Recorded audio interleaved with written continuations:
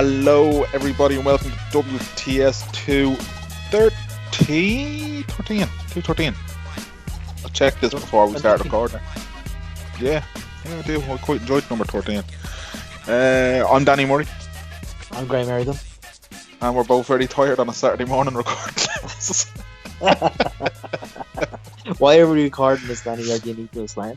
Yeah, no, I will explain it. So, our guest this week is the brilliant Philip O'Connor, our man in Stockholm, and we spoke to Phil during the week about all kinds of things, really, about coronavirus, about just mad Egypts and believe in any kind of news. But most importantly, we want to talk to Phil about his project outside its America. And it was a Kickstarter campaign that he was launching, or that he had launched rather, to basically raise money to go to America, record 50 podcasts, 50 days in 50 states in the build up to the American election. You might have seen this week Trump had his Republican National Convention where he accepted the nomination, obviously, and all that kind of crack, and seeing some of the absolute nonsense that came out of that.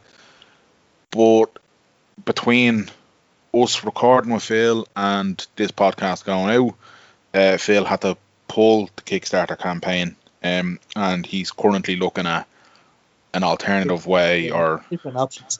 He set the target of trying to raise 50,000, so it was obviously like 50,000, raise 50,000 for 50 states, 50 days, and he didn't get that number. So I think what I've read about that website is that if you don't raise your target, you don't say keep the money or whatever. You know, right. So he couldn't. I think he was at 10,000, so he can't keep 10,000. He has to raise the full. So the people that put, so it's all or nothing, basically. Yeah, it's all. That's, I could be wrong in saying that now, but I think that's where I read something about it. So anyone basically that has contributed to date will get a refund. So Phil is obviously putting his thinking cap back on, and he still wants to get over. So whether it be 20 days in 20 states or whatever, you know what I mean? But I think as well that if he was to do the 50 days, 50 states, he would probably have to have left next Tuesday or Wednesday.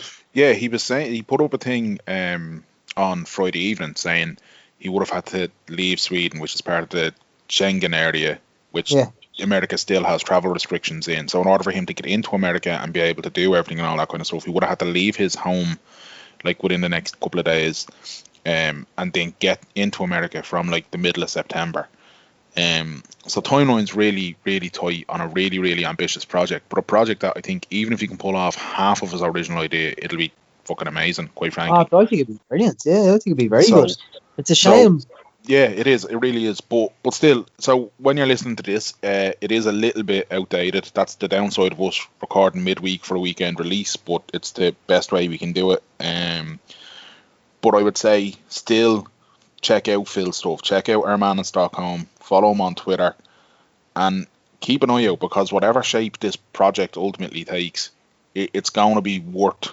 It's going to be well worth a listen, because look, we all know that Trump is a mad thing. So getting to hear people who, not political analysts, not, like news reporters and journalists and people who study this kind of thing, but just the bog average bloke having a cup of coffee on why they're going to vote for this man. I just think it'll be interesting and fascinating to hear people who are clearly devoid of morality and sense. Absolutely, in my opinion. Yeah, absolutely. And I mean, this podcast, this episode with Phil is still a great listen. And like you said at the outset, we talk about a number of things. We did have him on to promote the Kickstart, but you'll enjoy this listen anyway with Phil O'Connor. Absolutely. So Philip O'Connor, take it away. Delighted to have Phil back on the podcast. Phil, how are you, my friend? Are you keeping well? Jesus, if I was any better, I couldn't stand it, lads. It's ridiculous. I only realised the other day, right? Out of the last 6 months in this pandemic crack started, I stayed in a hotel one night, right? And that is the exact opposite of what usually happens in my life, right? I spend about one night in my own bed every 6 months. I've missed out on the Olympics. I've missed out on the European Championships. I've missed out on all sorts of things. And you know what? I couldn't be happier, because it's just these things we learn to live. They're sent to test us. And as George Harrison memorably said, this too too will pass. So I'm just trying to make the most of this whole fucking pandemic crack and get back to what's really important, and that's family, and that's community, and that's just being happy in your own skin. Absolutely. And what's the story with Holy shit. what's the story with Sweden now, Phil? Because at the start of all this, you were doing the rounds with Ewan and Dunphy and stuff like that, and you were giving descriptions of the approach the Swedish government were taking, where they weren't going in full lockdown. Yeah. They were more so going. They were basically.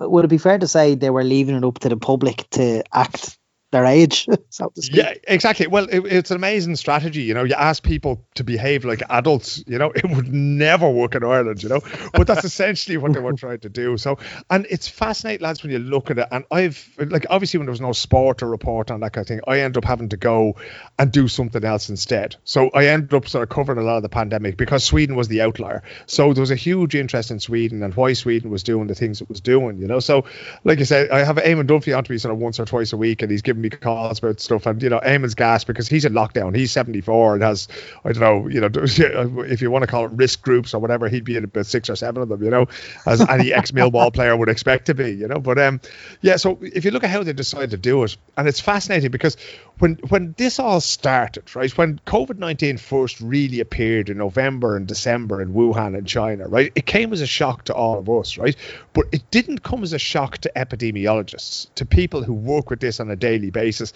to the Centre for Disease Control in the US, to what is now NFET in Ireland. So this is not new, so they've been expecting this kind of thing, not necessarily this thing, but this kind of thing for a long time. So the main sort of thing here was the way they sort of approached it was, okay, lockdowns. The guy who's the state epidemiologist here is a guy called Anders Tegnell. And I've interviewed him many times over the last few weeks, right? So his idea was, he looked at this and went, this is not going anywhere anytime soon, right? It's already out of control, right? So the way if you're going to do a lockdown Wuhan, lockdown the one bloke, patient A, who has it, right? But once it goes beyond patient A and you're up to patient M, O, P, Q, whatever, now we're up to patient I don't know how many, right? That ship has sailed. So Anders Tegnell decided, okay, lockdowns don't work. And the reason lockdowns don't work, and this is exactly what he said to me, eventually people are going to go out anyway, right? So he went, what I'm doing here is, I'm playing the long game. I'm doing this for the long term. I'm doing something that's sustainable over the long term.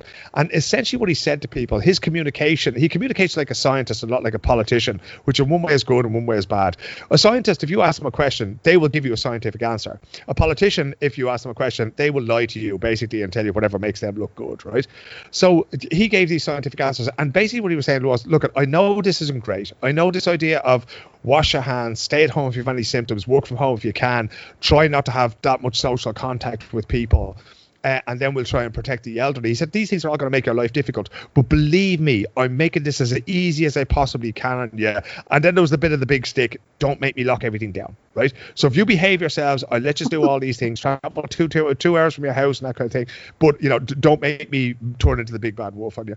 And amazingly, because of the way society is structured here, and because of the sense of trust that people have in people like Tegnell and in the authorities here, people go, okay, we put the best people in the best position, we pay them well, and then we get the fuck out of their way and we listen to them when they tell us to do things, right? So what you don't have is a situation where people are taking an epidemiologist who's worked with everything from Ebola in Central Africa from the mid-90s onwards, and somebody, there's nobody calling up Liveline here and going, he's a fucking idiot, he knows nothing, The man's very, very qualified. He's making these decisions based on the best information available at the time. Now, that doesn't mean that he's making the best decisions, lads.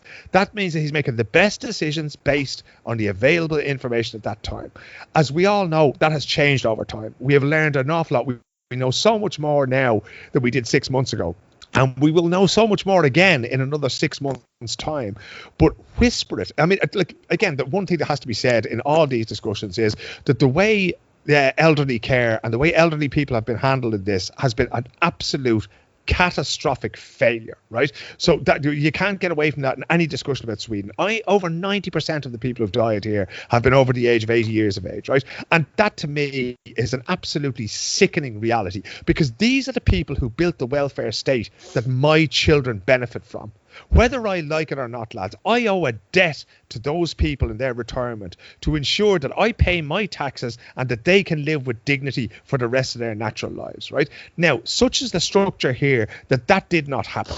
There are no definitive answers answers as to why that did not happen. But, I'll offer an opinion if you want me to offer an opinion. But it should not have happened. These people should have been able to live out their lives naturally and in dignity, and that has not happened. I've heard of cases, which I haven't been able to confirm, where people, instead of being offered proper medical care, were immediately put onto palliative care. And palliative care is what you get if you have a serious illness the doctors don't think that you're going to recover from. Essentially what they are doing is they're making you comfortable as you die, right? Now, to do that without consulting with an elderly person, without consulting with their family, to treat them in that way, to me, is I cannot condone it. I can't say that the Swedish mitigation strategy has been great when that catastrophic failure has existed.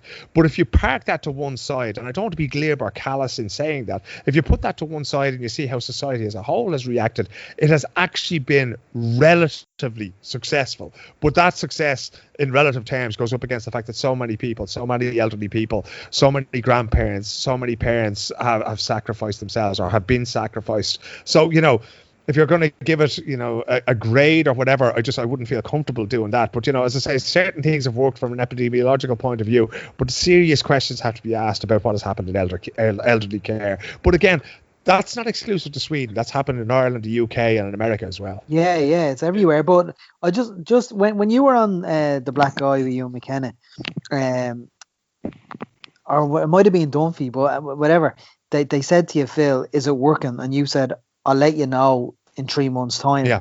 Now it's 6 months later. Did it work? Yeah. Because what we're hearing from, particularly in Ireland this past weekend with the anti-mask brigade and the right wing stuff, is like they're using Sweden as the likes of David Quinn and all. Look at Sweden. Sweden did this. Why did we need a full lockdown? Yeah, well, you see, the thing is, lads, I mean, it goes back to that Simon and Garfunkel song, a man hears what he wants to hear and he disregards the rest, right? So, pro-life David Quinn, did he mention the elderly people in Sweden? Did he mention the over 5,000 people who are 80 years and over, who sacrificed their lives, who died maybe before their time, who might have had a year, 2 years, 5 years left? No. Okay, because what they want is this, like, you talk about people who are not pro-life. They're not pro-life, right? They have this very extreme version of freedom and the idea that the state can't tell them what to do, right? What happened in Sweden to a certain extent worked, right? But the thing is, that's in hindsight. You couldn't say at the time, there were no guarantees back in February or March, right? That what has happened here, the relative successes that have been had, that there were ever going to be successes, right? The poster children really for the lockdown strategy in the beginning. I hate to point a finger at any one country, right? But say New Zealand and South Korea, they handled this very, very well and very, very quickly. And yet, now South Korea is on the verge of another lockdown. We've had 3 counties locked down again in Ireland because, we had a lockdown didn't work, right? But these are things that, again, everybody, and this is another thing that Tegnell has said to me, everybody was working off the basis of the same information, right? They were just drawing different conclusions. And the reason that they were drawing different conclusions is the fact that you could not trust the Irish people or the British people or the South Korean people or the New Zealanders or the Americans to react in the same way the Swedes did, right? That it's part of the national characteristics, it's part of the socio-economic setup, it's part of the national psyche that if somebody like that asks us to do something, right? If somebody like Tegnell asks us to do something, then we obey, because we know that the consequences of not obeying are different, right? Whereas if you do that in Ireland, I mean, just look at Phil Hogan. Just look at, that man was asked to do so. Those rules applied to him, and he basically meandered around the country because he thought he was better than everybody else. So, every situation, every country reacted in its own way. No two countries reacted the same, lads. Even if you say there was a lockdown here and there was a lockdown there, no two lockdowns were the same. The recommendations were never the same. We see the same thing with masks now, whether we need them in classrooms. We see the same discussions around opening schools. We see the same discussions happening all the time. But what you won't hear from the far right, and one of the things that I am fascinated about, right, is how ethnic minorities in pretty much every country I've looked at have been disproportionately hit. Right. The other thing that is people that are being disproportionately hit are the people in vulnerable employment. Right. The people who have to go to work to earn their money. I'm talking about bus drivers, taxi drivers, hospital porters, people who care for the elderly, healthcare workers, all the people who are, again, not being glib, at the bottom of the socioeconomic food chain are being disproportionately hit by that. And yet I do not see David Quinn and the rest of the people on the far right standing up for better things for them. Now, how could they make things better for them? All my neighbours are taxi drivers, lads, right? This house on this side of me, I'm pointing over my head, taxi driver. The fellow on the other side, taxi driver. The fellow across the road, taxi driver. They're all taxi drivers, right? It's basically, you know, failed Irish journalists or, you know, fake Irish journalists and taxi drivers living in this place, right? And they were all destroyed by this, right? Now, it's beginning to come back. They live on the airport. The airport's about 25 kilometres from where I live, and they live on the business from that. No flights coming in. The lads were absolutely destroyed. Many men had to hand back their taxi plates, and it's almost exclusively men living in this area who do that, right? But the other thing is, in the very beginning, right, of this pandemic, the Swedes have this thing where they do the calendar in weeks, and it's very helpful when it comes to school, right? Because week 9 every year, which, to save you having to do the sums, Mero, it's about the last week in February, first week in March, right? It's what they call the sport. Yeah, he's laughing, but his eyes aren't laughing, are they? But that's what they call the sports holiday here in Sweden, lads. And that's usually when Swedes would take their kids away skiing. Now, that sounds like a really fancy thing to do, as it would do if you're traveling from Ballybrack to the Alps or whatever. But here you can be skiing in 2 hours. You can go for the day and it costs 15 or 20 quid for the lift pass or whatever, right? So people do that this week. Now, richer people will obviously go to the Alps and that. Think back, lads. Where did this start? This started in places like Bergamo in the Italian Alps, right? Around about week 9, lads, this was happening. Now, when these rich Swedes were getting back to Sweden, who do you think was bringing these people home to their big houses, their big detached houses out along the coast here in Stockholm? My neighbours, lads. Sit in the car with them for 30, 40 minutes in a very enclosed environment with people who've just been exposed to COVID-19. So, where are the banners for them? Where are the protests for them? Where are the lads collecting money for the bus drivers who are being sort of, you know, and they're back now. The same thing is happening now. Public transport is fairly rammed. It was fairly loose before the summer. There wasn't that many people travelling, but now the schools are back, you know.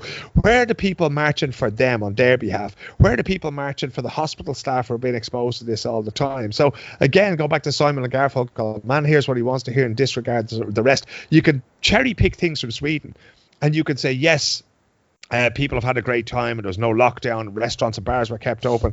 But yet there's still been a huge price paid by my neighbours. There's been a huge price paid by, you know, there's a man called Martin Hessian owns Virstrom's pub in Gamla Stan, the old town here in Stockholm. He went from having 11 staff to him and behind the bar and a girl working part-time for him because there's no tourists in town, you know. So, you know, the idea that somehow Sweden's economy has survived this is nonsensical. You know, unemployment has gone from just under 7% to over 9%. All of SAS, 90% of SAS's cabin staff were laid off, you know. So there's huge swathes of the industry. The event industry here is on its knees, as it is in Ireland. So the idea somehow that Sweden is a poster child for this, you know, has it been a success? Yes, but again, everything is relative. And again, to get back to what I said 3 months ago, we won't know for years what the effect of this is going to be, right? Because Phil, you mentioned South Korea and New Zealand there. Yeah. Their attitude was elimination of the virus. Was Sweden's just to live with it?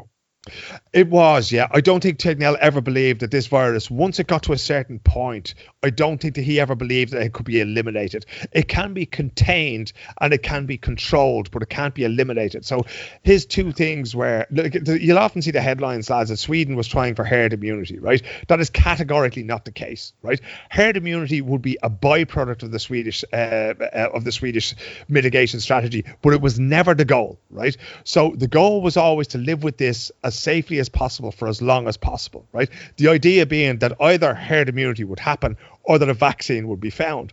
But again, Tegnell says that the only thing that we've really successfully vaccinated against in human history is smallpox, right? You still get measles, mumps, rubella. They still turn up in certain places. Smallpox is really the only one that you don't see anymore. I was reading the other day where polio has been eradicated in Africa. It may spring up again somewhere. It tends to occur every now and again. That was only a couple of days ago, Yeah, exactly, yeah. But so even those diseases haven't been entirely eradicated by vaccinations either, you know. So this is the thing that, you know, Tegnell's idea was that, you know, we've got to deal with this. We've got to learn to live with this because it's not going to go away. And a fascinating thing, lads, because his own personal experience is very much, it colours very much what he's doing with the Swedish mitigation strategy. So he went to Central Africa as part of, I think it was the UN he was working for at the time. And he went to Central Africa during an Ebola outbreak in the mid-1990s. And do you know what the first thing he bought was when he got to Central Africa, lads? Oh. He bought a container load of bikes. right? Now, you would have thought that, oh, I'll buy ventilators, I'll buy medicine, I'll import nurses from France or whatever, and I'll do that. No, he bought bikes because they needed to get information out to the villages to tell people, if you're sick, come to the hospital. Because people were getting Ebola and they were afraid. And this is something that I spoke to John Connors, the actor and writer and the man who's in trouble there for a few things on social media. But I still believe John's a very decent lad.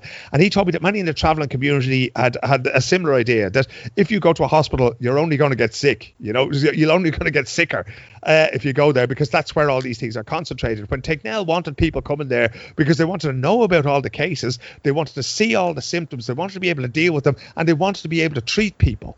And without getting that information out to the villages, they had no way of getting information out to the villages. So he went and he bought a container load of bikes. And that was the first step. So it's something that it's very counterintuitive. The three of us probably would have said the same thing. Okay, what we do? Well, we lock everything down. Because if people aren't meeting each other, but we knew so little about the virus and how it transmitted. This idea of it being a droplet-borne virus. The masks thing is very interesting. Because people say, the virus, the particles of the virus, the actual sort of, virus itself is very, very small. Yeah, but the droplets aren't. And it's dependent on the droplets for transmission. Many years ago, or not many years ago, it's probably about 3 years ago, I was in the Karolinska Institute here in Stockholm. And I did a story about the deadliest mosquitoes in the world, right? And what they do is they have the malaria virus, these really, really deadly mosquitoes, and they give the malaria virus to a person. But the malaria virus itself is a tiny, tiny organism.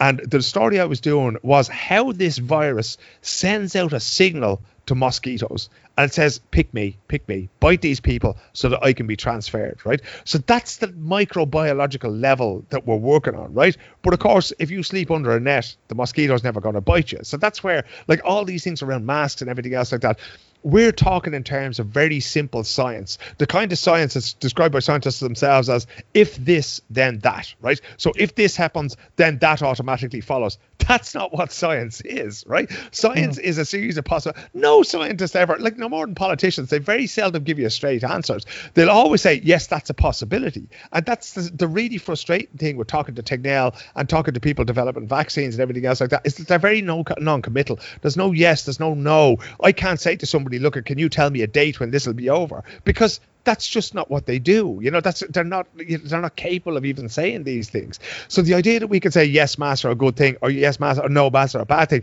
Look, sometimes masks work, sometimes they don't, right? What do you want to do? Do you want to try to protect as many people as possible, or do you want to be a fucking idiot? And that's how much of this debate is coming down to that. I was looking actually, you both know that I do Brazilian Jiu-Jitsu, right? So I'm involved in this community of Brazilian Jiu-Jitsu Globetrotters. They have camps around the world. And Christian, who runs that, they've been devastated as well. And yeah, I'm seeing these arguments the whole time about, how we're supposed to do these things. Like lads going, but this only kills 0.000% of the people that get. Yeah, but how do you think they get it? They get it from healthy people like myself and Dan and from Mero and from people they come into contact with. No more than those malaria mosquitoes. They don't die of the fucking malaria, lads. But they are the ones who pass this thing on. And that's why it's important that we know about these things and that we can deal with these things as we go along.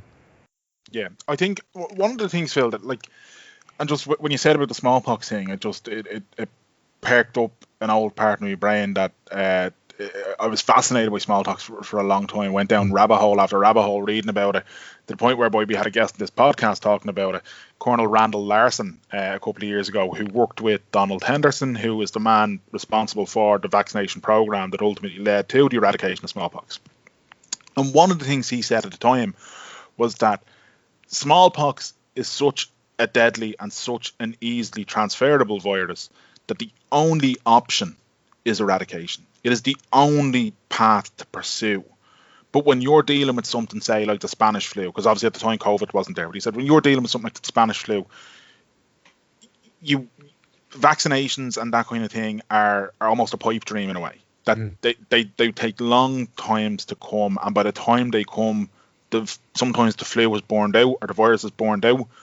Herd immunity is something that we've heard talked about, and it wasn't the right thing to pursue for whoever, like the Brits got so much flack over it and all that kind of thing. Herd immunity can exist, or at least my understanding, and I'm not a fucking medical person by any shape or any stretch of the imagination. Herd immunity can work well when there's a vaccination in circulation. And when people are talking about herd immunity with something like COVID, that, like, I don't actually. This week, I think I seen a case of somebody being reinfected a couple of months after getting it the first time. Yeah, that was in Hong Kong. Yeah. Yeah, which suggests then that okay, if you do get it, you've got almost this temporary barrier, but it can come back and get you again, kind of thing. Which then would suggest herd immunity is not on the cards. Yeah. So the different kind of things that different countries are pursuing, it, as you said, everybody's working off the same information, but it's the interpretation of the facts that's key. And I'm fascinated listening to you talk about it, because it's I don't know, I just think that there's so many things Ireland has done right in some regard, and then there's so many things Ireland has done wrong. But I think everybody can accept, if Ireland tries to pursue another national lockdown, it's not going to fucking work. No, but and the reason for that, Dan, is that in the very beginning, it was absolutely fascinating. Like, again, you talk about the smallpox rabbit hole that you went down. I've been down this rabbit hole now for a long time, and I have one foot in each camp, right? I've lived here for 21 years. I know the Swedes better than they know themselves, right? I grew up in Dublin. I've been wandering around Ireland for most of my adult life before I came here. So I think I have a fair handle on the Irish people as well. And to be able to compare and contrast the reactions and how they went down and how lockdown was originally perceived in Ireland and how that changed over time, and a similar thing in Sweden. And this is the thing about Tegnell, you know, he goes around the place and he wears jumpers and he wears jeans and he wears runners and he looks like your dad, right? And, you know, you're inclined to give him, you know, about the same level of respect as your dad talking about rugby or whatever that would happen to be, right? But, and, you know, that whole thing of, it struck me like, you know, when somebody says something really, really clever and only about 2 months later you go, fuck me, that was really smart, you know? It happens to me occasionally with Merrow because I never take him seriously the first time. You know? But when he said that thing of, I need this to be long term, I need this to be doable over a long time, right? And if you remember the paranoia, or not the paranoia, but the fear, right? Because paranoia is almost infer something that's, you know, that's wrong. The fear that people had, and people were very receptive in the very beginning to the lockdown. They were going, okay, this is really scary. Tell us what to do, right? A very good friend of mine, I don't know if he's still doing it, but he would go shopping when nobody else was there, and he'd be like, you know, washing down his groceries before he'd bring them into his gaff, this kind of thing. Loads of people were doing that, that kind of thing. They wouldn't share the car, they wouldn't, you know, you wouldn't go to anybody's house, you wouldn't do anything, right? But then, in order for that to be sustainable, an awful lot of things have to happen, right? Tegnell's thing here was very, very simple communication, right? Wash your hands, stay at home if you have any symptoms, work from home if you can, try to avoid public transport, stay away from elderly people or people in risk groups. And every day he had a press conference at 2:00, and every day he would say those 5 things, and there was never any confusion, and there was never any have a round of golf and go for dinner if you want to, or that kind of thing.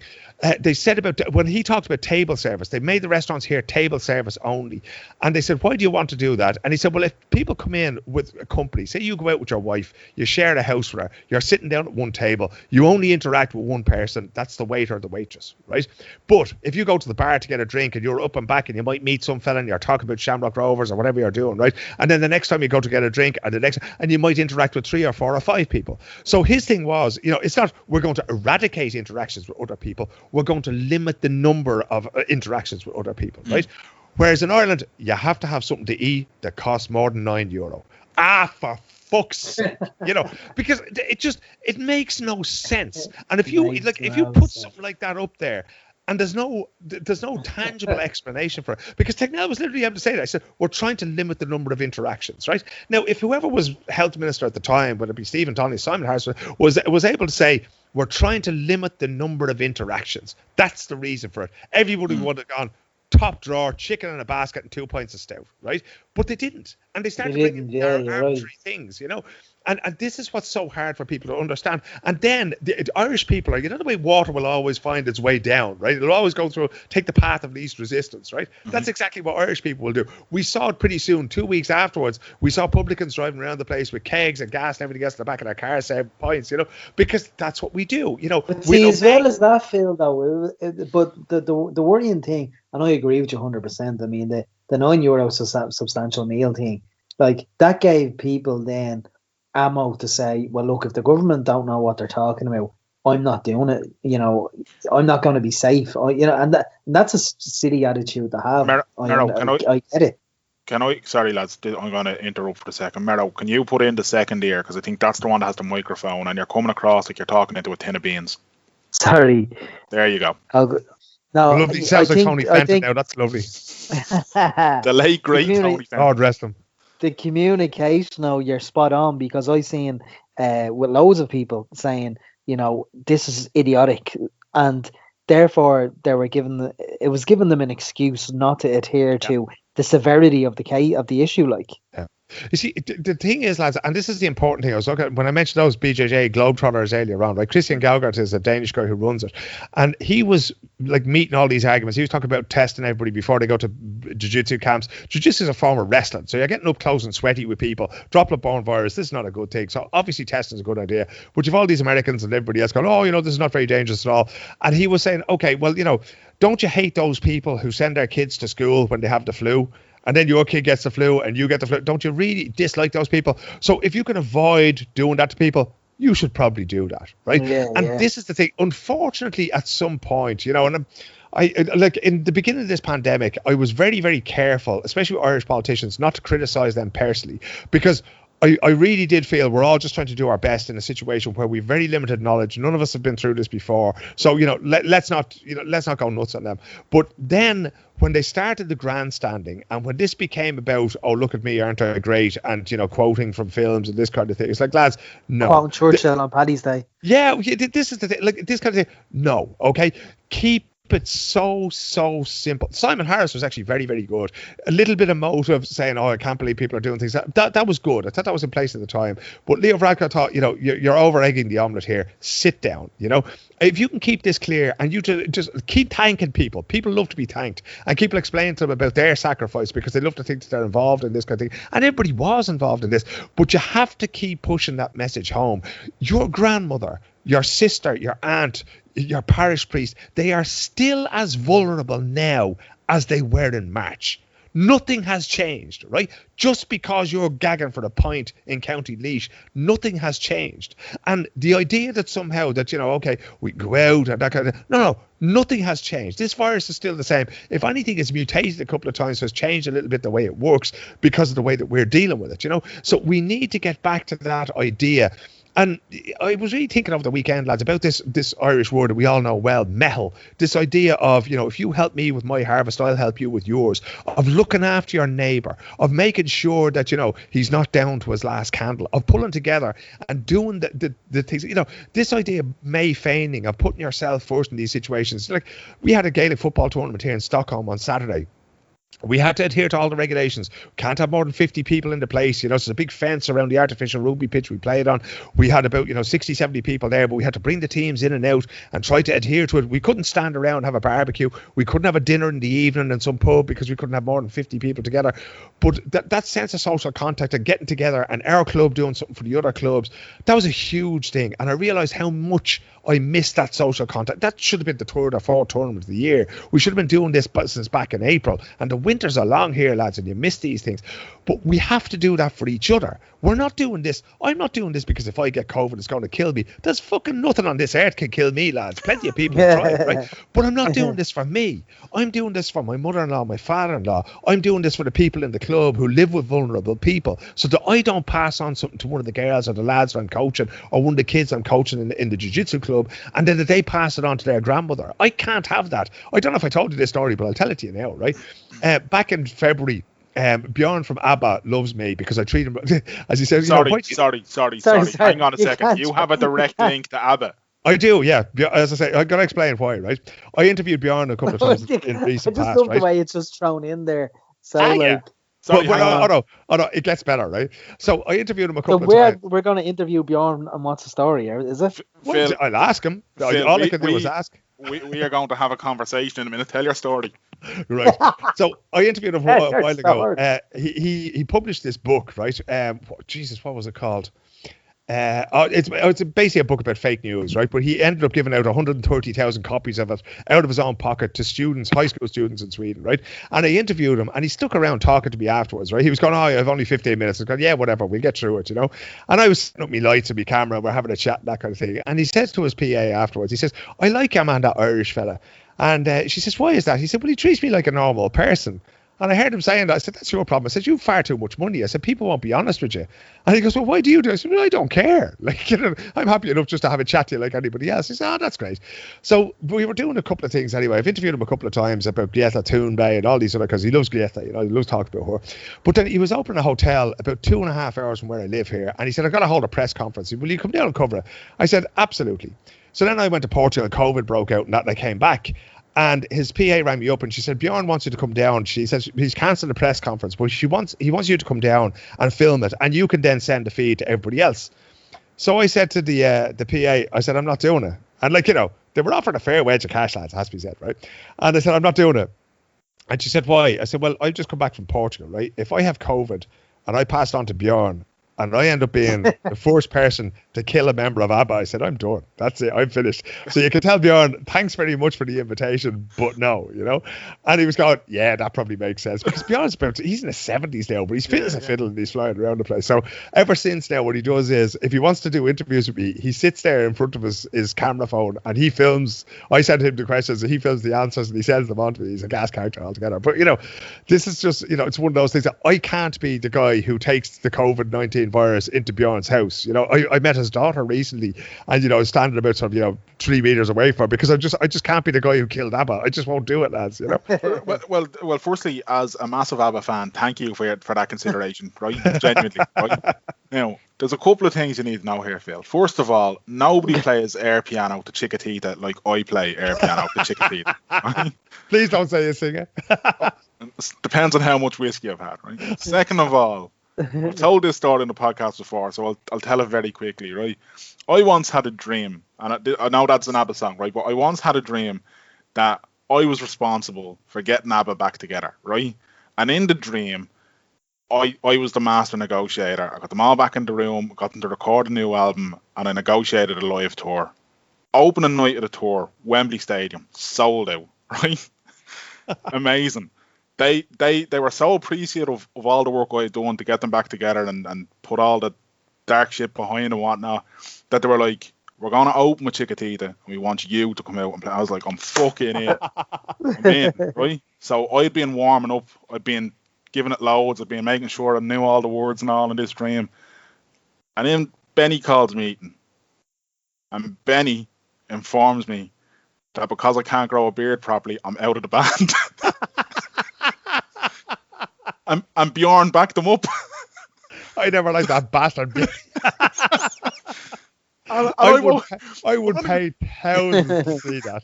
Actually, I woke up from the dream and I was like, Benny, you prick. Bastard.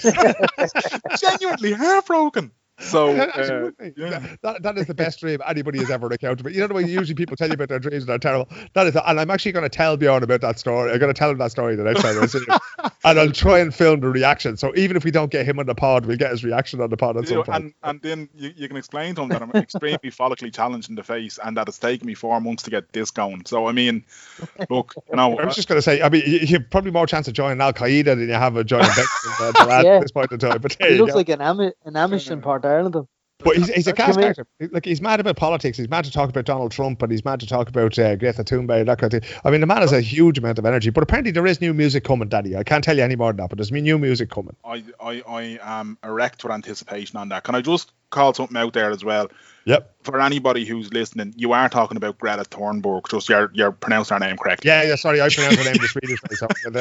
Because the first time you said it, I was like, who? And then it clicked, and I was like, okay. There you go. Well, she's still doing her school strike for the climate, so everybody's been on, or not everybody, but there's a lot of kids on a school strike. Back to school. Isn't her gap year finished now? She's saying she's going back to school. Yeah, she's gone back to school now, but she'll still be there every Friday. I actually might nip in there this Friday and see if she's there, because I haven't spoken to her in a while, but she's funny because she kind of there was just so much attention around that young one, and as you know, she has autism and she has various different sort of issues and that kind of thing. But she managed to actually get rid of most of the I don't. If I go to her and say, okay, Greta, how do you feel today? Do you want to do something? And she says no, and that's fine, and you have a whole load of kids there, and if they're going to do something on a particular day, like they might be sitting there eating, and she hates to be filmed when she's eating, as anybody would, The last thing you want is your face in a picture the front page of the Daily Mail, you're having a sanger, but she's an incredible young one altogether, but it's a great, I have to say, lads, it's a great privilege to be wandering around here, after coming out of the north side of Dublin, to be wandering around talking to your man out of Abba, and then going in to see Greta on a Friday, whatever, But, you're living someone's dream, Phil, and it might be mine. That's all I'll say. well, if I ever find myself playing air piano with Abba, I'll give you a call, and I'll definitely be living your dream then. Come I here, have the beard Phil. as well. Benny can't knock this. This is beard, true. boys. Benny can't kick you out. I could live vicariously through you. Benny can't kick you out, man. I'll have to grow mine again for Benny. Come Actually, here, sorry, there has to be one more ABBA story before we go, right? But Love I this. interviewed a guy, Janne, who was the guitar player. He played on about half of ABBA's hits, right? And I don't know if you heard this podcast I did a while ago, right? Janne Schaefer is the guy's name. Lovely bloke altogether. And I sat him down and he played the riff on Mamma Mia, right? Do-do-do-do. I said to Janne, take me through that day. I went, well, Phil, I can't fucking remember. I went, what? And he says, I can't remember playing it at all. He says, I know I played it. Like, I know I was there to record it, but I can't remember anything about it. I said, that's one of the most iconic riffs in pop music. He said, Jesus, I was doing them all the time. He played on everything at that stage, And it was the most disappointing interview I've ever done with anybody. no way. It was the only question I wanted to ask him. Was like, Yanni, you played that, didn't you? Yeah, tell me about it. I don't know. But he's another lovely bloke. All the ABBA people are lovely. Look, yeah, and I'm delighted to hear that because And I haven't killed any of them yet either. Thank for that, because I would have ended this interview and never spoke to you again if you had. Mero, I think you were trying to interject to get us onto the topic we really want to talk to Phil about. Besides that, I want to talk more about Abba, but it would be unfair to Phil not to plug what he has coming. Look, I'll call you Phil, after this, we can talk about it. Yes, Mero. Tell us about your kickstart and your project that you're undertaking. Yes. Well, it all starts with the fact that I'm not well in the head. And as I mentioned, I was just going to say that. As I mentioned earlier on, one night in a hotel in the last sort of 6 months, and it's not even me, my wife is looking around going, are you still here? Have you not left by now? Have you not got something else to be doing? No, but my calendar was entirely wiped out. I remember breaking, I was the first one to break the story that the Euro 2020 was cancelled, right? So I broke that globally. And in the same moment as I sent that story, I wiped out my own calendar, because as soon as the Euros was gone, the Olympics was soon after. Yeah. And that was it. We just knew the world was never going to be the same, at least for the rest of the year. And since then, working with Tignell and all these kinds of things, that's been great, and working on other stories. But I sort of really wanted to do something around the American election and to do something different, right? So the US presidential election is taking place on November 3rd. And in November 2016, I was over in New York because Conor McGregor was fighting Eddie Alvarez for the lightweight title that week. He fought him on the Saturday. The Tuesday before was the election. So I went over for the election on the Tuesday, and I just happened to meet a friend of mine in the Midtown Hilton in Manhattan. And we sat downstairs with Donald Trump upstairs, and he had travelled across America, just a straight line kind of across America. Did you meet him by accident? No, I knew I was going to meet him there, and I just said I'll run into him because I knew I was going to be in Times Square doing some stuff for a news agency. So I said, right, I'll meet him somewhere around there, and it's a short distance to Times Square, so I said I'll be able to go down, get reactions, that kind of thing. I said to your man, I said, well, I suppose Hillary's going to win, and he went, nope. And I went, what do you mean? He said, we drove all the way across this country, right? And this guy did a fucking brilliant thing, lads. He brought with him a cardboard cutout of Trump and a cardboard cutout of Hillary Clinton. And himself and the photographer would get out. They hired a Ford Mustang and they drove across America. And they'd stop in fucking buttfuck Alabama, right? And they take out the two paper, cardboard cutouts, right? And they'd say, this is Mr. Trump, this is Mrs. Clinton. Tell them what you want to say. So voters would come up and they'd address the candidate as if they were there. And it was the most brilliant thing I've ever seen, these two lads doing it. And then they told me that they said that there's no way Hillary Clinton's going to win because we traveled across this country. And in California, people were really nice to the Clinton cardboard cutout. And in New York, they were really nice to her. But everywhere else, they fucking hated her, And he said, wait, you see. So we sat there until Florida fell. And that was the point. And as we were sitting there, Trump's people were coming down and they were standing in the bar and we were talking to them. They go, yeah, we fought a good fight. It was good crack and that kind of thing. Then Florida fell and they all got the elevator back up to the floor where Trump was. And we all know what happened next. I went out onto Times Square and I was broadcasting live about 15 minutes after that. And it really was. It was like that. Do you remember that movie Heat with Robert De Niro and Al Pacino? Yeah. I mean, the Swedish fella, we thought we were going to just sit there and just see the election out. And the two of us ended up fucking running out the door and seeing who could get the best interviews, But that night sort of stuck with me, lads, because... And it's happened since. It happened before that with Brexit. It happens with elections. It happened with the referendums in Ireland. That we do all this stuff. Journalists and researchers and academics, they do all this stuff. And still we get it so incredibly wrong. And what occurred to me was that when we look at politics and we look at political correspondence and that kind of thing, there's a huge bubble goes on. So they talk to politicians and they talk to other political correspondents and they talk to staffers and they talk to people in the know, and fucking nobody ever talks to voters.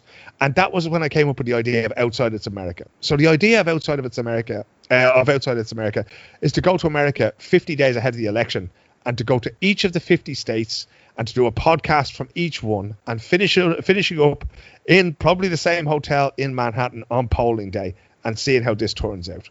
Right, it's the biggest thing I've ever undertaken. It's going to cost a fortune. I'm having a hard time raising the money, but I'm hoping that it's going to come in. It's going to happen in time.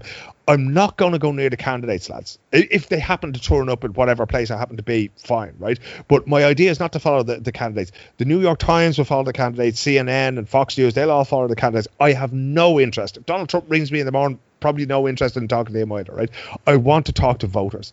If you look at what happened there's a Kentucky in America where the gentleman was shot 7 times by the cops. I want to go to that place. I want to go to Minneapolis where George Floyd was shot. I want to go to the headquarters of the National Rifle Association. I want to go and talk to people after they've been to church. I want to go to talk to people in mosques and in diners and in gas stations and in laundromats, in jiu-jitsu gyms and outside baseball, like, you know, AAA baseball stadiums, wherever. And I just want to talk to ordinary people, because if I talk to ordinary people over there, they'll tell me what they think. And if they tell me what they think, then nobody who listens to this podcast can be surprised by the outcome of the election. And that's the whole point of it. And are you doing a video or audio? I'm going to do it audio, lads, because, like, if I go back to where I started in this, my first love has always been radio, right? I know I've written books and fucking a billion articles and that kind of thing. My first love is radio. And I believe that there's something visceral. You know, the people who are listening to this, the three of us talking, there's 4 people in this conversation. There's the 3 of us and there's the person listening to it, lads. And they are the most important person in this. Because if we're not thinking about them and entertaining them and making them feel part of it, they'll get bored and they'll fucking switch off, right? Now, they'll obviously never do that with such premium quality guests on the show, right? But you know, that's the whole idea, is to put them in the center of it. So that's why I want to do it in audio, because it's a much more visceral experience. They can think, you know, if you interview somebody at a gas station, you're going to hear cars coming in. You're going to hear people, you know, filling their car in the background. You're going to hear people going to the car wash. You're going to hear those noises. You can imagine yourself, like Dan, playing the piano, the air piano at Abba. You can imagine yourself, dream yourself into that situation. You can be the fourth wall in there, right? And that, to me, it says an awful lot more than, you know, if it's like YouTube or doing it on Instagram Live or Facebook Live or whatever. It's actually too lazy, lads. I want people to be able to listen. I want them to be able to drive their car. I want them to be in this world with me, but I want them to do the work. I want them to think about what's being said and say, what does this mean to me? What does this mean for the election? What do I think is going to happen now? And if I just show you a whole bunch of nice pictures and me stand there stroking my beard talking, so it's not going to have the same effect, you know. So what I really want to give is something, you know, I usually describe modern journalism as all the calories in the headline and nothing in the story. There's no nutrition in the story anymore. And I want to do this differently. You know, I mean, Outside of America as a concept should be the thing that brings people in. But I really want to have a situation where if you're on your commute to work, Mero, and you listen to this for 40 minutes, I want you to come in the door to your gaff and not turn on the television. I want you to start making your dinner or walking your dog or whatever it's doing and thinking about what you just heard, trying to make sense of it, trying to put it into context and think of what more you want to learn from this. Because, you know, I'm not in this for, you know, in the beginning I thought, can I get Joe Rogan? Can I get LeBron James? Can I get Bjorn from Abba? Can I get whoever to tell me about that? And then I went, why? Why would I do that? You know, what's the difference between their vote and everybody else's vote? That's the great thing about democracy, is your vote is worth the same. We're going to hear from all these people anyway. Joe Rogan is going to do 12,000 hours of podcasting between now and November 12th, where he tells us all about these things. LeBron James has a platform with the NBA. So we're going to hear about all that. What you're not going to hear is the guy pumping gas, the guy that you talk to standing on a corner in Winslow, Arizona, as the Eagles had it. You know, these are the people that I want to talk to, you know. Will your wife miss you? Am I doing? No, that would definitely end the divorce. No, I think she's had enough of me for now. You know, that's like, I mean, it's like being in prison. You know? No, but it's one of those things where when I have these ideas, she go, okay, it's better for you to be on the road doing this than to be at home and talking about it. You know, she's fucking sick of the whole thing already. You know, Sorry, Dan, I interrupted. No, you're grand. I was just gonna say, like, it's a fucking brilliant idea, Phil. Genuinely, like, as someone who, like yourself, I like audio documentaries. I like audio platforms. Do you know what I mean? There is something submersive about it, and it's that thing of it just puts you into a different place. Like, instantly as you're describing it and whatever, I have a mental image of you sitting in a booth in a diner somewhere along America's Rust Belt, chatting to that guy who has spent his entire life working in a mine, who doesn't understand renewable energy, who doesn't understand the progressive way of things. And in Trump, he sees a hope that he doesn't see in other politicians. And trying to understand that point of view in the context of the surroundings in which you're doing it, it's not something we're going to get from Sky, from CNN, even from Fox, who are going to, you know what I mean? It's these little nuances of the campaign trail that go untold, and you're going to try and tell them, which is fucking brilliant. And on top of that as well, I'm a big fan of anybody who uses outside as America, because it's a great refrain from Bullet the Blue Sky. So there you go. I'm all right with that. Did you hear the promo I did for it? Did you? Have you heard? I haven't actually. No, I haven't. Fuck that! You ruined it, because it actually uses Bullet the Blue Sky, right? But I said, actually, if you want to, you can stick it into this episode. You know, if Bono calls you looking for money, then I never heard of it. Right? but that was one of the things. Like, actually, one of the conversations that I didn't go to America for a long time, and then I went back there when Connor was fighting, and there was a Swedish guy called Jonas Jerebko that I'm quite friendly with, was playing in the NBA, and I just found myself back there, and I found myself in New York, and I found myself in Boston and in Los Angeles. I actually made a radio documentary in Los Angeles a few years ago for Swedish radio. It's in the Swedish language. It's unfortunate. I'd love you to be able to hear it. It was a Swedish lad, a friend of mine, who went over and he had a trial for LA Galaxy. But there you can pay for a trial. They have these open tryouts. So, you know, as long as you're under 25, you can pay $185 and you have your chance at the big time. But of course, they bring in 400 guys doing this. So they make 20 grand over the course of 2 days. You know, so the documentary was about, is this a rip-off or is this a thing? But what I discovered over there, lads, was if you want to know what American people think, ask them. Right, just fucking ask them. Go to them in a bar and say, look, I'm over here just doing a thing. Can you talk to me, right? And in the documentary, we had this woman who worked in a Denny's. We went to the same Denny's every morning for breakfast, and she adopted this guy. And she was going, okay, you sure you should be eating that when you're supposed to be over here training? Like, she became his mother over there. It was fucking brilliant. And then, you know, like, I went up to one of the times Connor was fighting in Las Vegas. There was a guy I met over there called Angus McIntosh. Now, obviously from the name, Angus people were Scottish and they travelled over there in the mid-1800s. But Angus was this huge guy, bald head, big beard, much better than your beard, Dan, right? Big tattoos, the whole lot, right? I don't believe that for a second. He would have got into Abba on the air piano like a fucking shot, right? Huge guy. But he writes like self-defense books about using a cane. And his thing was, well, you can't bring a gun on a plane, but you can bring a cane, right? So he actually wrote books and made videos about how to use a cane for self-defense. But he was also an NRA gun instructor, right? Now, not only that, he helped veterans with post-traumatic stress disorder and all these things.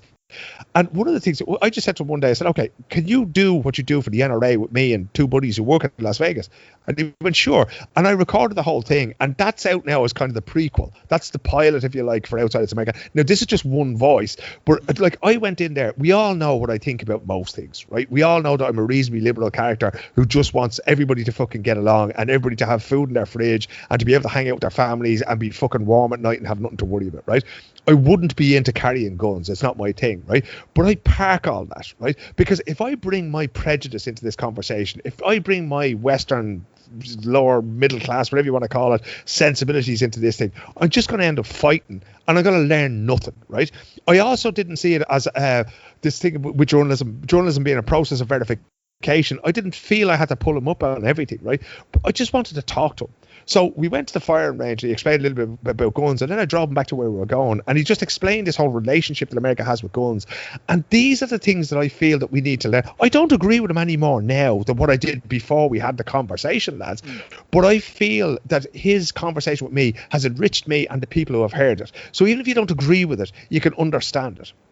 And this is the whole thing with QAnon, with Trump in general, with the whole thing about white supremacy reaching the point that it has reached, Black Lives Matter, all of these things, they haven't just appeared, no more than the coronavirus just appeared for Tegnell. This has been happening since the end of the Civil War. Yeah, exactly. Like all of these things, the reasons people believe these things are very, very complicated. And the way for me to get that story out of them is not to go up to them outside that pizza and go, come here, you fucking idiot, and explain this to me. No, you have to be humble. You have to be straight. Yeah. You said there the reason why people believe these things is complicated. Yeah. What do you mean? Like, so why would somebody believe in the dangers of 5G or Pizzagate or whatever? Okay, so if you look at politics in general, right, there's sort of two sides to politics. You can do things in two ways, right? One of the politicians who did things in a positive way, with a sense of community, with a sense of this can be better for everybody, and one of the best known figures in social democracy was the Swedish Prime Minister Olof Palme, who was subsequently murdered, right? Palme, who was very, very well to do himself, became, the union man. He became the person who's going to make things better for everybody. He was the man who presided over, the generous parental leave. He was the man who presided over, getting companies to pay their taxes and making sure every worker paid their taxes so that there was something in this for everybody. School lunches were brought in. All sorts of things were brought in under a prime minister called Tage Erlander, who never really gets the credit for it. But Palme was such a great, great orator. He was a great speaker. He was against the Vietnam War. So he became this figurehead on one side. So he went with the idea of community, of positivity, of this is something we can all belong to. The other side of that coin, lads, is often fear. Right. So if you listen to certain politicians, particularly on the right, now the left does it as well, the fear of unemployment, the fear of automation, the fear of, people coming in and undercutting you, of precarious employment, all these things. So it's not exclusive to one side or the other. But on the right, and indeed on the far right, everything is about fear. They are afraid of their own shadows, lads. They're afraid of dark brown people they don't know. They're afraid of people in boats they'll never meet. They're afraid of a religion they don't understand. They long for a time that never existed and a history that never existed. They're afraid of 5G. They're afraid of everything. And what we all do is we construct a reality around what we believe, right? So if you can construct a reality, like my mother's one of the most fearful people in the world, right? I don't even know if I locked my door when I came in here this evening. I'll go to bed with the door unlocked here. I have nothing to fear, right? An awful lot of people would say that I live in a ghetto. You know yourselves, from Ballybracken, from Talland, from places like that. People talk about these places, but the odds of somebody coming up and trying to handle a Merrow's door, and he doesn't have the biggest dog in the world in that gaff as far as I know, right? But the odds of somebody, it's very, very low, right? And yet we live with this idea that criminality is everywhere, right? I leave stuff in my car the whole time. Now, I shouldn't, but I do, because of the fact that I don't actually expect this to happen. But at the same time, when I walk down the street, I've never felt unsafe in Harlem. I've never felt unsafe in Queens or in Brooklyn or in Manhattan or any of the dark back streets there. I've never felt, there's only one time I've ever felt unsafe in Brazil, and it wasn't in the fucking favelas, lads. They were grand. I just happened to take a wrong turn down a wrong street one night when there was deals going down, and that wasn't a good place to be at that time. I've never felt unsafe in London. I've never felt unsafe pretty much anywhere I've been in the world, and I've been to plenty of places. But we're told all the time to be afraid of everything. Stranger danger. If you look at what girls are told, what women are told about how they should behave themselves, the greatest risk to any woman or girl is often in her own home. That's where violence happens. That's where sexual violence happens. You're never told about that. That's the real fear. But if you construct this thing in order to be able to survive, you think to yourself, okay, I need to be afraid of all these things. I need to be active about all these things. And what we do then is we fuel that. So we go into Facebook and we follow these things. And Facebook and Twitter and everything else, they see that. And they just keep feeding us these things to be afraid of. They feed us things about, these waves of migrants and, they're only men of fighting age and that kind of thing. Nobody's ever spoken to them. Nobody's ever seen them. Nobody's ever interacted with them. The first Syrian woman I ever spoke to in 2015 who came as that, in inverted commas, wave, was a woman in a shawl, who was there with her family, who travelled for fucking weeks to get across Turkey and eventually up to Sweden and wanted to go to Finland because she believed that she had a better chance of getting asylum there. And me thinking, Jesus, you'll never learn to speak Finnish because they can barely do that themselves, right? But that's what we do. And it's kind of unfortunate in a way. I have a certain amount of sympathy, even for, I know I've said some harsh words about David Quinn on the far right earlier on. It's no way to live your life, lads. To live your life in fear of absolutely everything, to not be able to enjoy that generosity of spirit, right? The greatest, most generous thing you can do is help somebody you don't know, because there's nothing in it for you, right? So if you can help somebody, if you see a fella stopped on the side of the road, on the side of the M50 or whatever, and you can pull in and say, yeah, all right, man, do you need a lift to the Shell or the garage or whatever up the road? Can I get you a bit of petrol, whatever, If you can do that for somebody, and that very thing happened to me very recently. I bought a car. And I was driving, myself and the family were driving someplace, and it just stopped on the side of the road, right? And I thought, bollocks. And I thought, there's a guy coming, a tow truck coming to take it away. And we're just walking along the side of the motorway, and this fella pulled in a little bit further up. And he was a man of Somali extraction who'd grown up in London. And he said, look, I saw you there. I knew you were in trouble. I saw the direction you're walking. Are you going to the garage? Yeah. He said, I'll drop you up the road, right?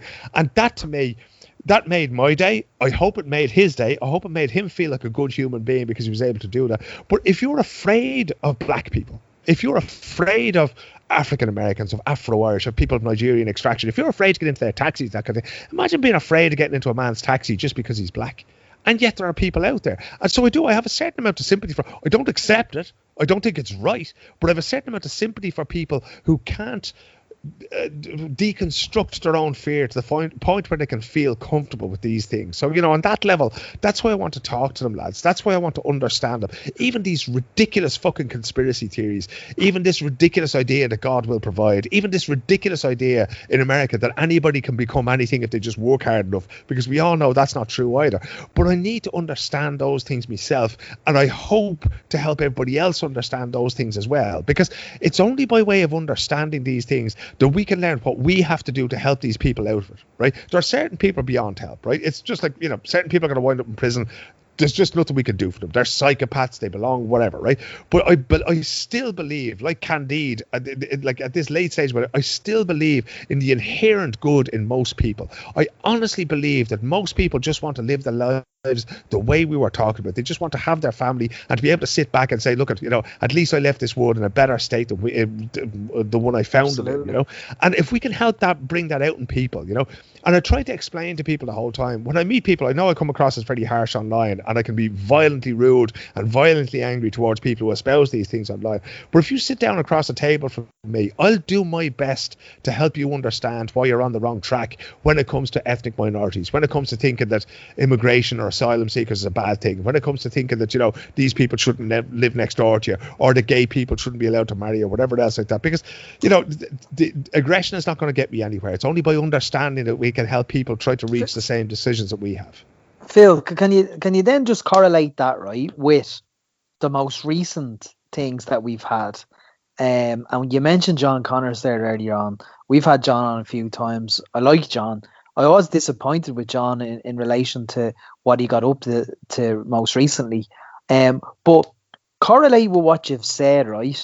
And then bring in the paedophilia thing, where the far right are brainwashing people now, and it's almost like they're saying they could be doorstepping people, and they could be saying to people, do you agree with paedophilia? No, of course I don't. Well, join us on Saturday for our march. You go out to the march, and then you see anything but paedophilia signs. Where is this whole paedophilia thing? Like, is it, again, it's like you said, it's creating fear.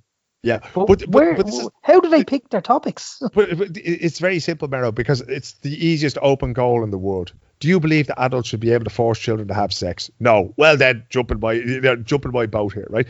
It's an open goal. Nobody is going to say yes to that, right? Now, you have had these discussions. David Norris, his presidential campaign was pretty much upended by it, right? Yeah. We've had Roderick O'Gorman there recently because of the discussions. There's an intellectual discussion that happens around pederasty and pedophilia and the difference between the two, right?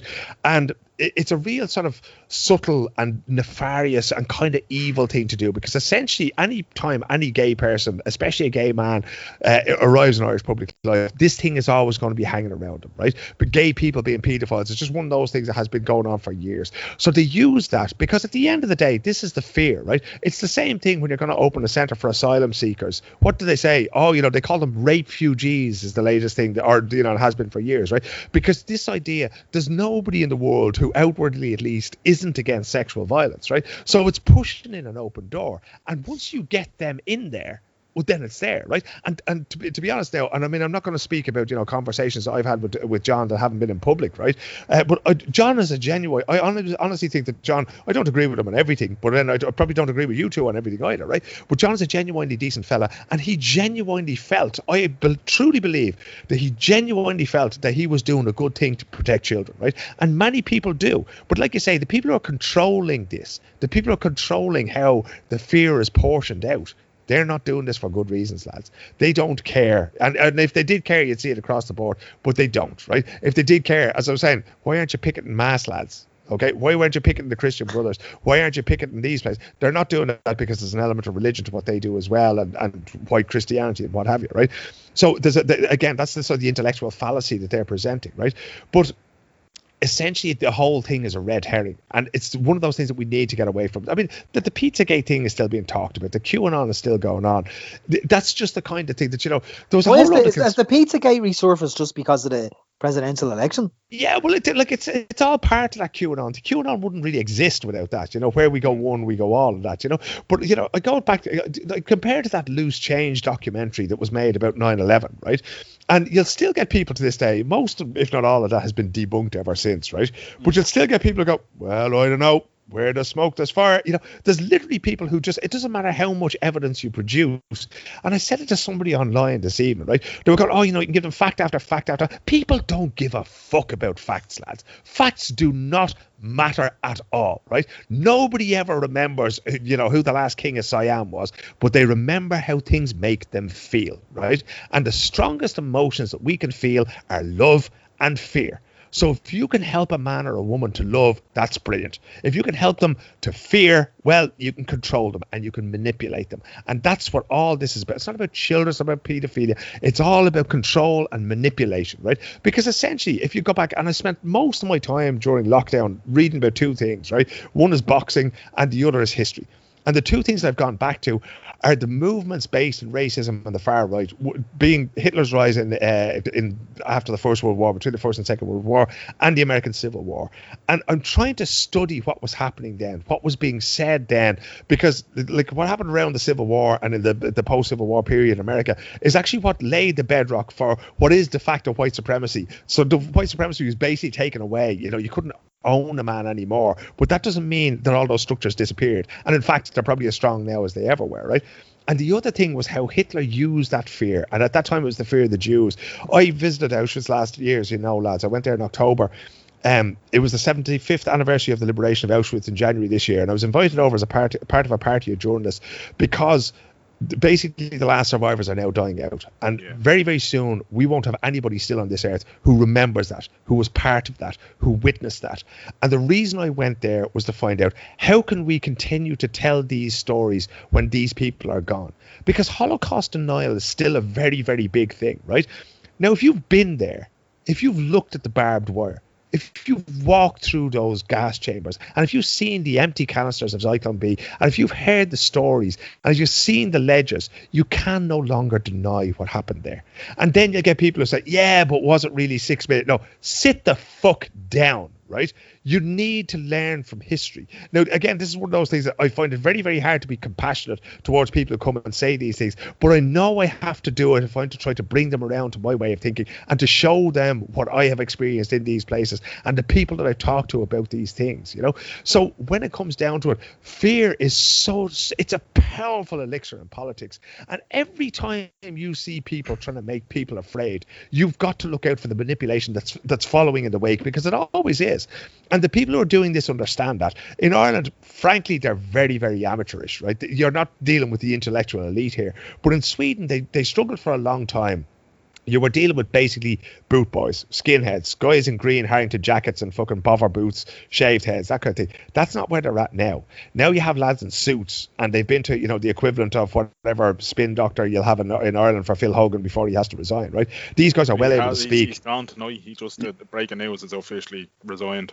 There you go. And there you go. What's the story breaking the news again, lads, But it's like you have these guys who are very, very well able to put it across. So if you look now, a lot of the language was coded in Sweden, and now it's changed, right? So when you see certain TDs standing up in the Dáil, a perfect one is this idea of repatriating money to the mother country, right? You'll often see it said about Nigeria. People are sending money home, right?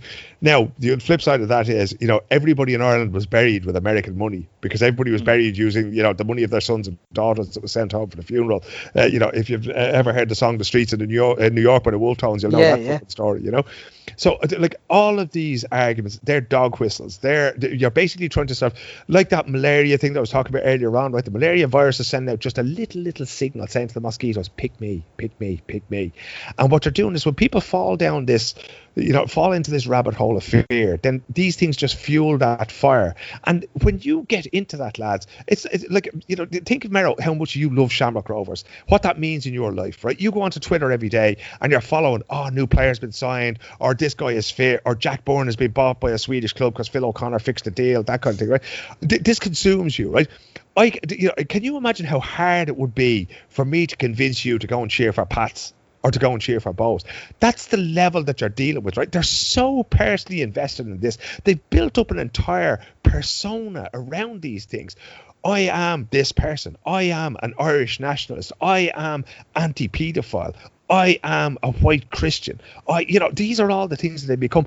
And if you're trying to dismantle that part of anybody's identity, because it is a form of brainwashing, and essentially you could say that all politics is a form of brainwashing, but to me, they're choices that you make. At some point along the line, you make a choice, and you say, yes, this appeals to me. The anti-paedophile thing appeals on a very, very visceral level.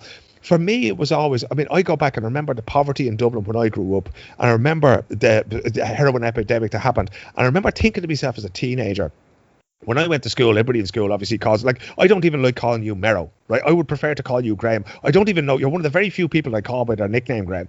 And that's, it's just one of those things that I'd never done it in school. I stopped it when I was in about third year in school, because your name is your own, and you deserve the dignity of that. Now, I know that it's not that you don't mind being called Merrow, you actually like being called Merrow, and that's, what you use on Twitter. That's part of the Merrow brand, right? There'll be t-shirts, there'll be the whole lot, right?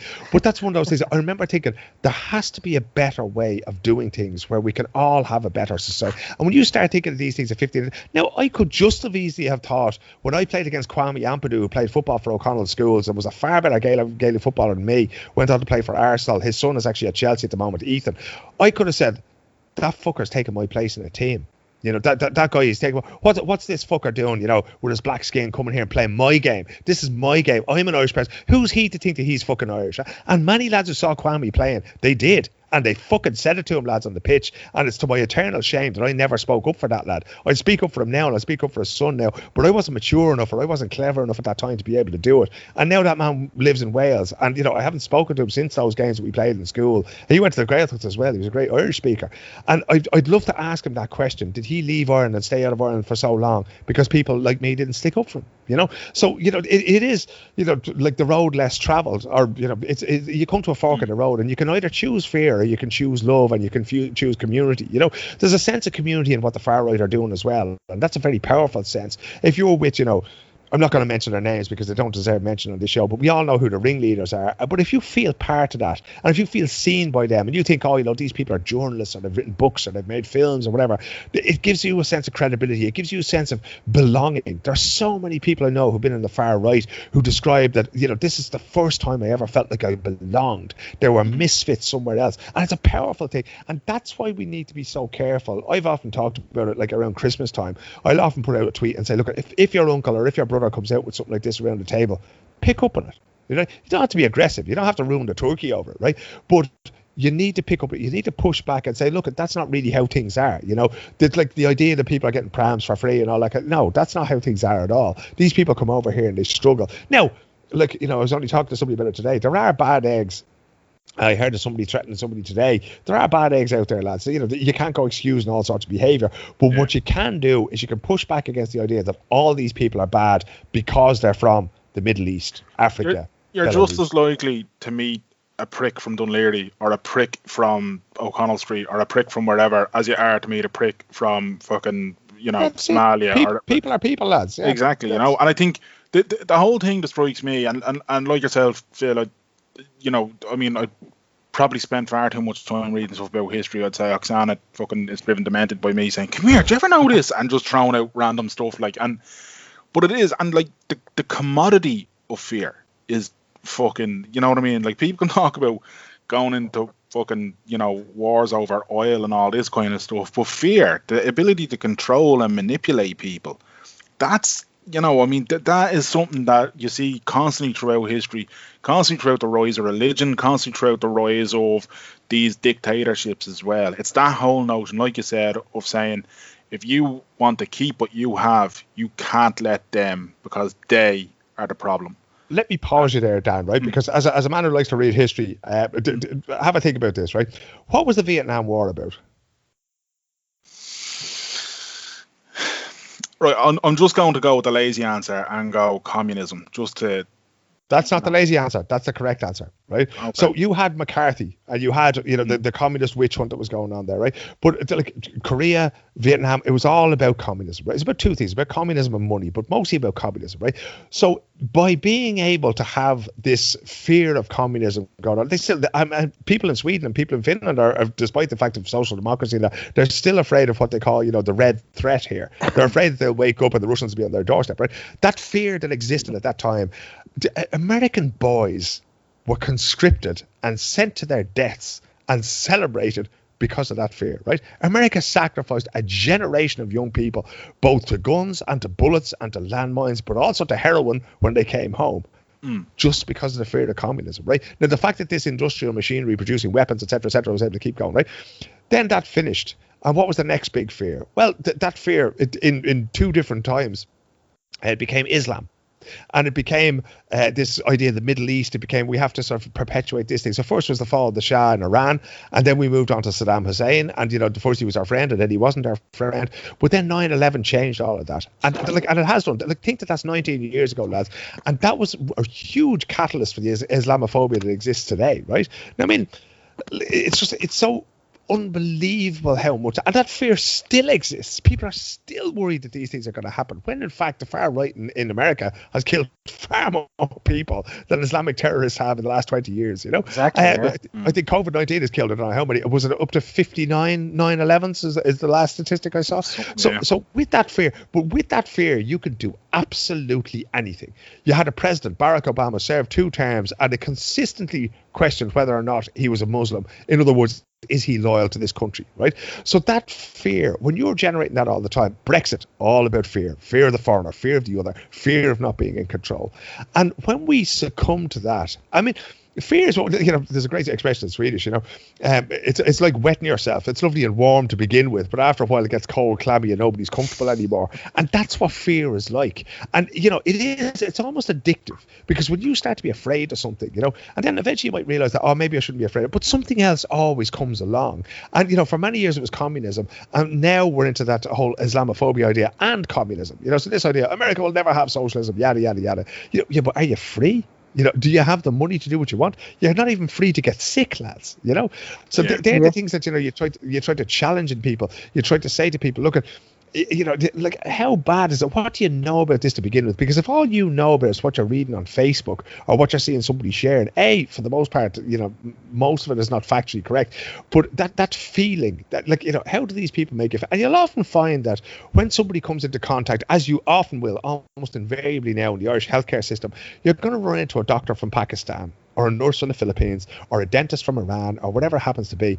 And then all of a sudden you're going to go, and many older people would say, oh, you know, I don't want a black doctor treat me, or that kind of thing. But many in our generation who might have those kinds of ideas, then when this person is standing over you, helping you, you don't have a whole lot of choice.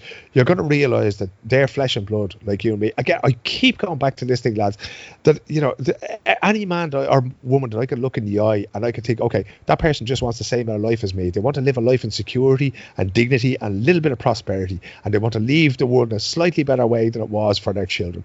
And as long as you're on board with that, then I've no problem with it whatsoever. I don't care where you go, what prayers you say on a Friday or a Sunday or a Tuesday, or I don't even care if you support Shamrock Rovers, which is, you know, you're really among the lost if you do that, you know. But I'll accept that. I was just going to say, Phil, that was a great way to end the interview. And then you had to ruin it. But no, that is, I mean, seriously, Maro, I mean, we could talk about all these things. We have more in common, as this conversation between you and me that's been going on for years now, Maro, proves. We have more in common than what sets us apart. And rather than looking to stoke the fear over the things that make us different, if we could just find the things that we have in common, then we'll always have a common ground. Beautiful. Outside, it's America. It's on Kickstarter, and it is well worth throwing the price of a couple of cups of coffee towards, and you won't regret it come November. Well, October. It'll all be kicking off in October. Kicking off in September 15th, I think it was, lads. Yeah. Phil, are you going even if you don't meet your target?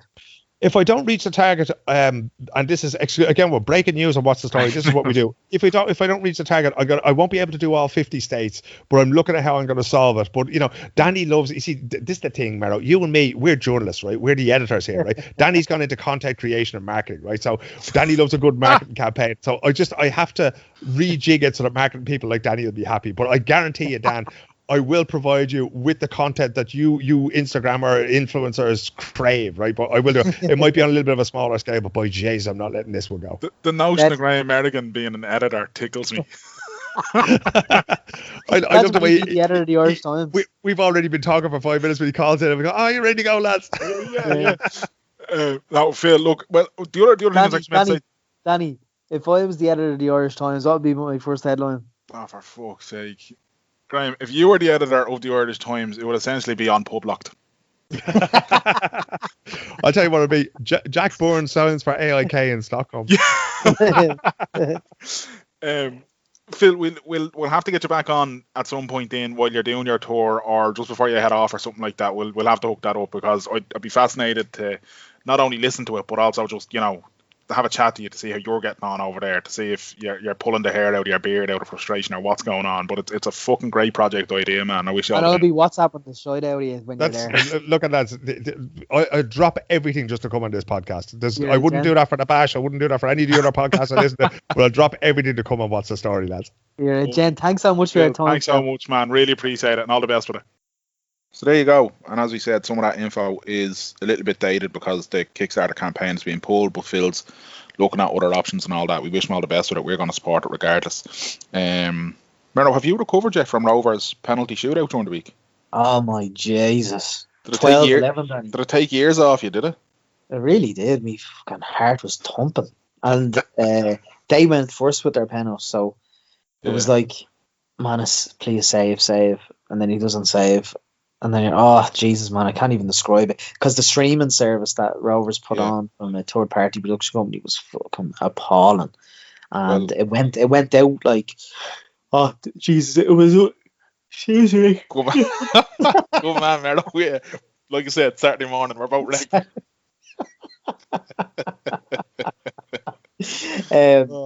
It was unwatched. You forgot we were recording there, didn't you? You thought you were just... It was unwatchable. Man. And I'll tell you what else. Sorry, just to cut across you. I'll tell you what else will be unwatchable for you now. This week will be when top of the table clash happens. Oh my God, me nerves. I'm looking forward to it, man.